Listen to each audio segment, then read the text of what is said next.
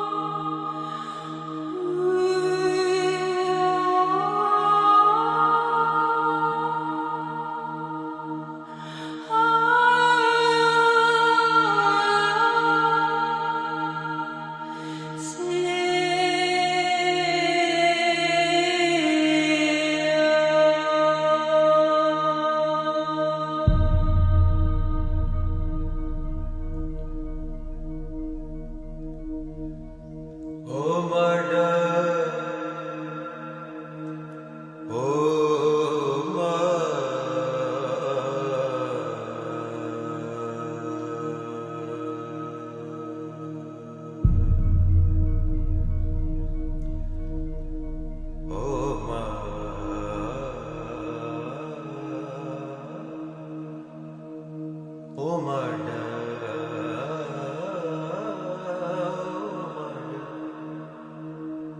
oh murder,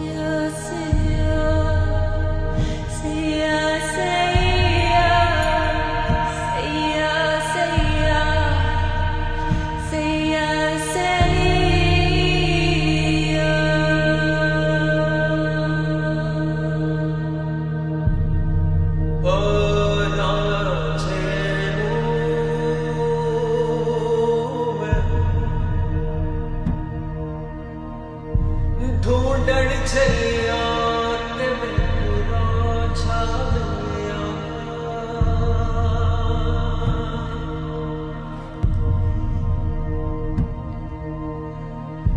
रब मिलिया मैनू रांझा ना मिले ते रब रांझे वर्गा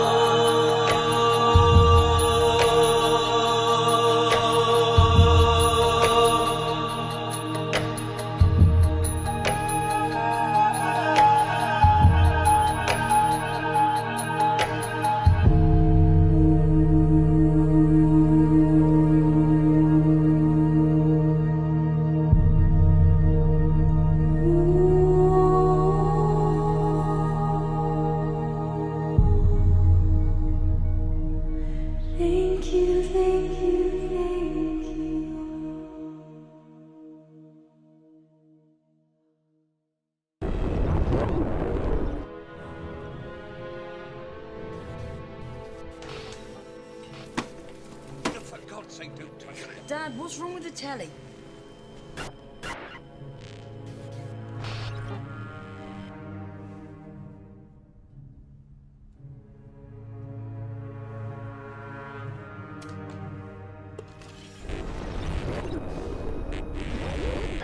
Good evening, London. Allow me first to apologize for this. The emergency channel! I do, like many of you, appreciate the comforts of the everyday routine, the security of the familiar, the tranquility of repetition. Bloody hell. I enjoy them as much as any bloke. But in the spirit of commemoration, Who's that, Mum? whereby those important events of the past, usually associated with someone's death or the end of some awful bloody struggle, are celebrated with a nice holiday, I thought we could mark this November the 5th, a day that is sadly no longer remembered, by taking some time out of our daily lives to sit down and have a little chat. There are, of course, those who do not want us to speak. Let me think, just let me I think. suspect even now, orders are being shouted into telephones, and men with guns will soon be on their way. It's Chancellor Sutler. Damn it! Why? Because while the truncheon may be used in lieu of conversation, words will always retain their power. Words offer the means to meaning, and for those who will listen, the enunciation of truth. And the truth is, there is something terribly wrong with this country, isn't there? You designed it, sir. You wanted it foolproof. You told me every television in London. Cruelty and injustice, intolerance and oppression. And where once you had the freedom to object, to think and speak as you saw fit, you now have censors and systems of surveillance coercing your conformity and soliciting your submission. We need cameras. How did this happen? Who's to blame? Well, certainly there are those who are more responsible than others, and they will be held accountable. But again, truth be told, if you're looking for the guilty, you need only look into a mirror. I know why you did it. I know you were afraid. Who wouldn't be? War, terror, disease. There were a myriad of problems which conspired to corrupt your reason and rob you of your common sense. Fear got the best of you, and in your panic you turned to the now High Chancellor Adam Sutler. He promised you order, he promised you peace, and all he demanded in return was your silent, obedient consent. Inspector, you're almost through. Last night, I sought to end that silence. Last night, I destroyed the Old Bailey to remind this country of what it has forgotten. More than 400 years ago, a great citizen wished to embed the 5th of November forever in our memory. His hope was to remind the world that fairness, justice, and freedom are more than words. They are perspectives. So if you've seen nothing, if the crimes of this government remain unknown to you, then I would suggest that you allow the 5th of November to pass unmarked. But if you see what I see, if you feel as I feel, and if you would seek as I seek, then I ask you to stand beside me 1 year from tonight, outside the gates of Parliament. And together we shall give them a 5th of November that shall never, ever be forgotten.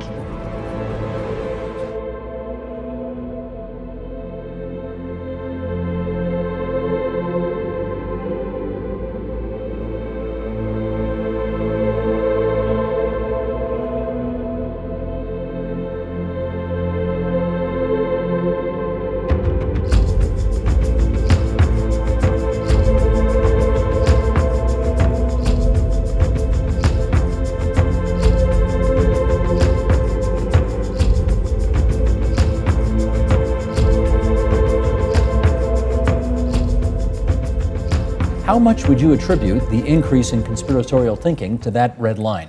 There has been an explosion of conspiracy theories flying fast and furious over the internet. Those conspiracy people. A lot of the conspiracy theories, of course, 9/11 conspiracy theory goes back to the Bush era. I'm Jesse Ventura, and this is Conspiracy Theory.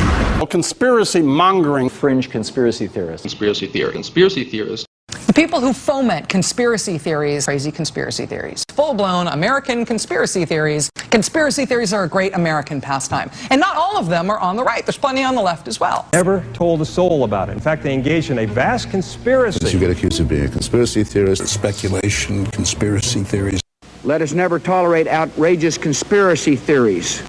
Painting this type of picture only feeds the delusions of those who wear tinfoil hats around their house. You know, there have always been crazy people who gravitated, if they have schizophrenia, who gravitate toward conspiracy theories. Those true believers in the mystic power of New Age crystals, spirit channeling, of people who talk to trees.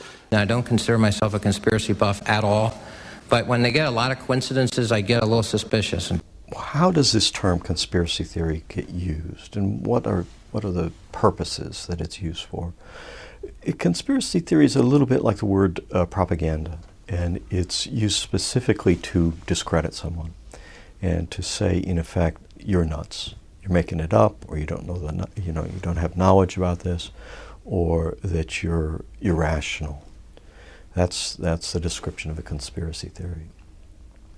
So that is a very effective way, and frequently used in the mass media and by media commentators and reporters as a means of discrediting points of view that they don't agree with. Conspiracy theory is a term that's used whenever anybody ascribes conscious intent to people with power. So I can say to you that school teachers are concerned about their salaries, and they're organizing, and they're threatening a strike, and they're pressuring. I can say to you that farmers are doing this and looking for subsidies and facing certain policies. But the minute I say to you that the very people at the top, the plutocracy, the very rich and powerful, the ones who own most of America, that they are consciously pursuing power and wealth, someone will come along and say, what do you have, a conspiracy theory? Or they'll say, oh, you're cynical or you're paranoid. Their view is that stuff just happens. Things just happen, unintended consequences, or our leaders are stupid and they're jerks, or they're confused and they don't know any better. And of course, the critic knows much better than everybody else. People who operate in this world operate with intent. There's no such thing as imperialism without imperialists. There's no such thing as capitalism without capitalists. There's no such thing as rulers who are somnambulists who walk around in their sleep. You watch out for your interests. You watch out and you make calculations. What makes you think that David Rockefeller doesn't? What makes you think that the people at the top don't do it? And what makes you think they don't collude and organize? Oh, what do you think? You have a group of people who sit around in a room and they plan this? And I always say, oh no, God, they don't sit around in a room. They meet on carousels and they go up and down merry-go-rounds, or they meet skydiving and they hold hands and they argue. Of course they sit in rooms. Where the hell else are they going to meet?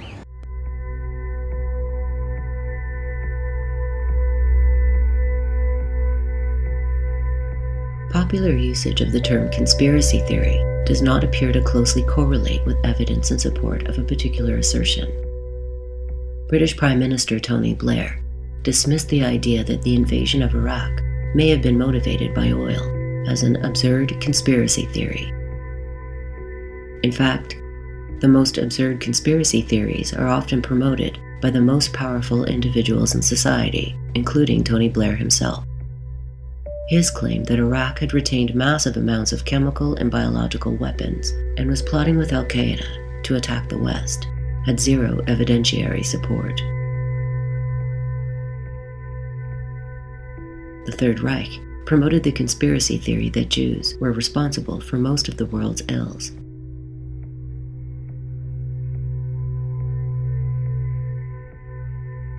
During the Cold War, American policy planners claimed that the Kremlin was engaged in a worldwide communist conspiracy, even while their own intelligence reports suggested the opposite. More recently, Muslims have become the primary scapegoat. In 2008, the John McCain presidential campaign mailed out 28 million copies of the pseudo-documentary Obsession, a hate film suggesting that Muslims are engaged in a massive conspiracy to create a worldwide Islamic dictatorship. On the populist right, macro-conspiracy theories are often used to deflect attention from class analysis while encouraging scapegoating. These are the big players in the world right now on the things that are happening. Big education is fundamentally involved in everything that is happening. Soros, the Tides Foundation, Open Society. Anonymous is now starting to take a big role. SEIU and AFL-CIO. Russia and Putin is now in control. I remember I said that about 8 years ago. And I said, Putin's he's going to come roaring back. Oh, that's crazy. Yeah, really. Here's Occupy Wall Street, Islamic extremism, Iran, the White House, and the media. These are all the real players that are causing so many problems right now. What's a conspiracy? And is everything that somebody says happened? Does that mean that that's actually happened? Some of the stuff that people believe about the CIA or the national security state or Jews or black people or Wall Street or, you name it, liberal media, right-wing media. Some of the things that people believe about, all of those controversial things, are not true. And so we get into a situation in which the accusation that a conspiracy exists or that there's a plan afoot to do something becomes a powerful political tool. One of the most powerful tools of propaganda is rumors, rumor mongering. And one can see it even in elections, you can see it in international affairs and so forth. Rumors appeal to people's primal fears. Fears about race, fears about gender, fears about their own relationship between themselves and authority, those sorts of things. And there are plenty of people out there who will exploit those fears. And it's quite difficult for ordinary people who are living their lives to card out, well, what is just nonsense from what is incredible yet real. There's no simple solution to this problem. Present-day media tends to encourage people to believe in nonsense by giving credibility to it on the one hand, and on the other hand, oftentimes, not always, denying the reality of evidence that is substantial. I think that the way to get at this in a social sense is to keep an open mind, investigate carefully, and not to believe in stuff that you don't understand. We as scholars, teachers, media people, just as ordinary citizens, should not propagate stuff that they don't understand or that they don't have factual support for. The term conspiracy theory is a very interesting one. It is, of course, applied to almost anything that's perceived as threatening, any kind of broader attempt to explain specific events. There certainly are people and elements out there that create these explanations for everything, and those are potentially dangerous because they do lead to scapegoating.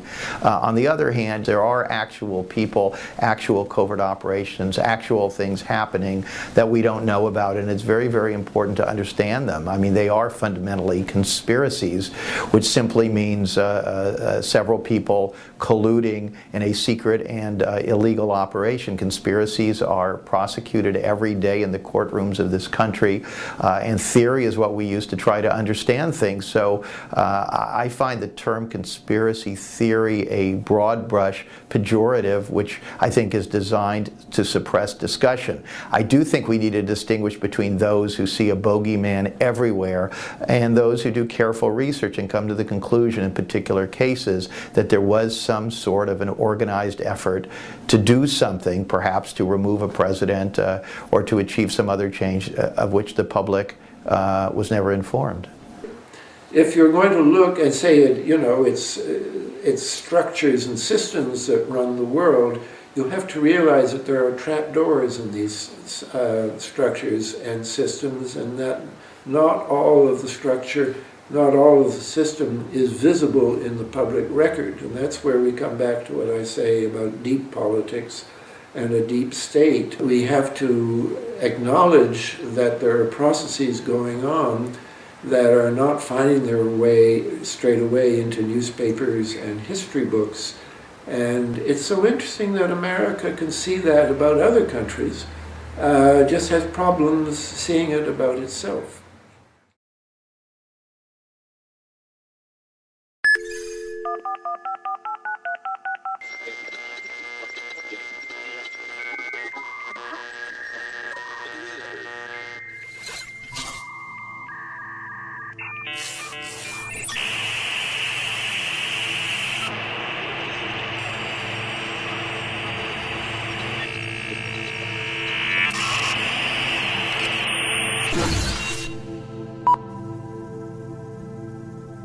Global elite. The title you have because your ancestors forced our mothers, fathers, sisters, and brothers to kill our mothers, fathers, sisters, and brothers by threatening to kill or imprison our mothers, fathers, sisters, and brothers. We are anonymous. We are the true heroes and warriors that occupy this universe. We represent all the heroes you have killed because they spread the message of love, peace, and compassion. We know your game and agenda, and we're here to stop it. We know you have twisted the true messages of the Bible and Quran to fit with your agenda through false promises, and you kill anybody that spreads the message of true love, peace, and compassion. We know you use that twisted message to sustain your war game, commit genocide, divide, and conquer. We know you spread the message of hate, murder, disorder, and oppression. We know you kidnap, force adoption, abuse, and kill native people while destroying our planet's precious nature. We know you abduct humans to brainwash and make them kill in the name of your game. We know you are trying to depopulate the Earth with your war games, electromagnetic pollution, atomic waste, chemtrails, fluoride, pesticides, vaccines, GMOs, pharmaceuticals, and all kinds of unsustainable inventions. We know you are killing the surface of our planet and poisoning our waters, while having underground cities with fresh water, organic food, fruits and herbs, and all the inventions you have suppressed throughout the centuries. We know you smuggle your drugs around the world with the help of pilots, airport staff, diplomats, and our own mothers, fathers, sisters, and brothers, coffins and body bags. We know you force your puppets to make laws that forbid the use of healing herbs. We know your game of forcing us to use unsustainable solutions to get power, heat, fuel, entertainment, communication, clean water, food, fruits, and herbs. We know your game of making us earn and use money that was never yours or real in the first place. We know your game of using and corrupting humans to promote your messages and how you kill them when they stop obeying you. We know about your game of intimidation and brainwashing of our mothers and fathers and sisters and brothers to take oaths and indoctrinate them to protect and kill in the name of your game. We are anonymous. We can be arrested, prosecuted, forced to commit suicide, or even killed. There are still 999.999% of us anonymous warriors ready to fight on and on in their honor. We are the 99%, and we will own the New World Order. You so-called global elite, you so-called Illuminati, you so-called New World Order. Your game is over.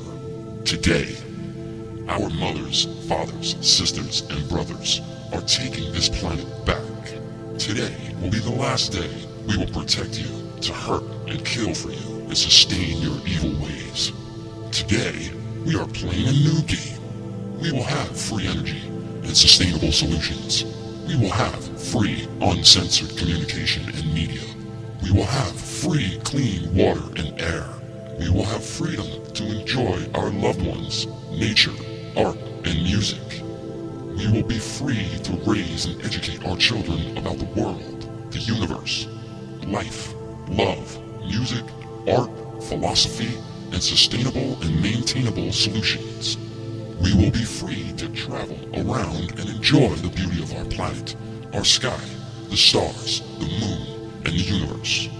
We will be free to cooperate together, to gather knowledge and technology to make all inventions sustainable and maintainable.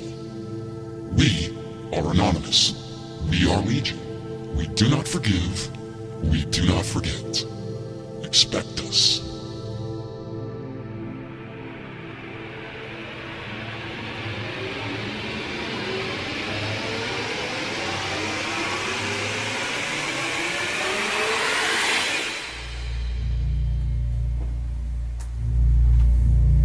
Responsive leaders prefer knowledge and information to be spread as widely as possible among the population, because an informed public is necessary to govern effectively. Independent thought produces original ideas and is the key factor by which we progress as a society. When independent thought is stifled, society is and will remain stagnant until it is free to flourish once again.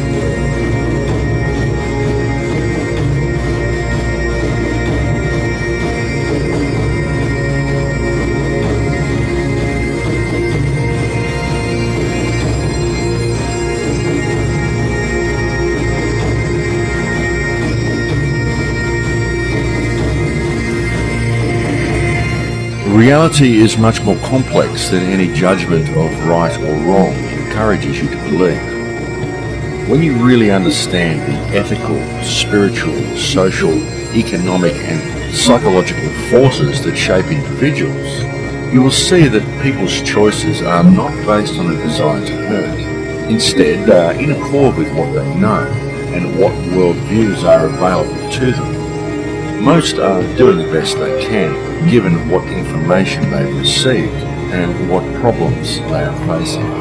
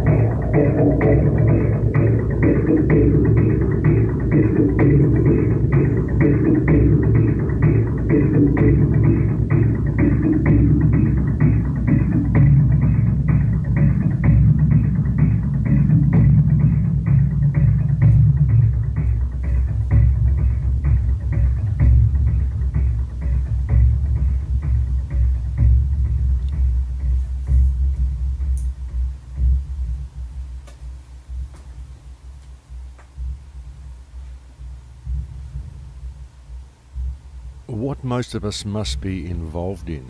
Whether we teach or write, make films, write films, direct films, play music, act, whatever we do has to not only make people feel good and inspired and at one with other people around them, but also has to educate a new generation to do this very modest thing: change the world.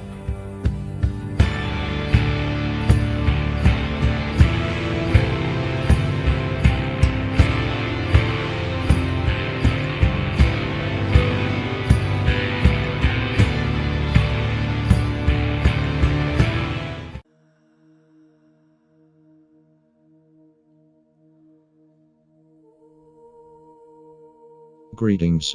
This is Anonymous. This is to the people of London and surrounding areas. We Anonymous are much displeased with the United Kingdom government. The government and British establishment's plan to depopulate and implant the whole of the United Kingdom down to a few million implanted slaves has been exposed by several whistleblowers, including Edward Snowden and John Duffy. This plan has yet to be exposed by the BBC and other UK news outlets, despite the fact that they now know all about them. Instead of broadcasting the whistleblowers talking about the planned extinction of the UK people, the BBC have covered the story up. The BBC is owned by the people of Britain but is run by the BBC board, who have as its chairman a representative of the banking institute Goldman Sachs. The rest of the board are either establishment or bankers. It is the bankers along with the aristocrats that are depopulating your own country. That is why your news media are covering up this planned event. In response to this cover-up, we Anonymous are calling for the people of London to take to the streets on Saturday the 5th of November 2022 at Regents Park at 12 noon for a march to the BBC Broadcasting House to demand the resignation of the chairman and a full disclosure on depopulate and implant. We Anonymous will be there, and there will be whistleblowers there to be interviewed by the BBC, and we call on 1 million grandmothers and their children and grandchildren to join us for this march. We are Anonymous. We are Legion. We do not forgive. We do not forget. Expect us.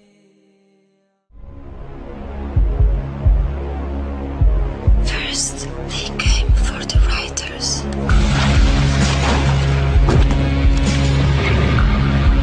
But I didn't speak up because I was not a writer. Then they came for the students. But I didn't speak up because I was not a student. Then they came for musicians. But I didn't speak up because I was not a musician. Then they came for the Greens, the Muslims, the trade unionists, Christians and the Jews, the travelers, the homosexuals,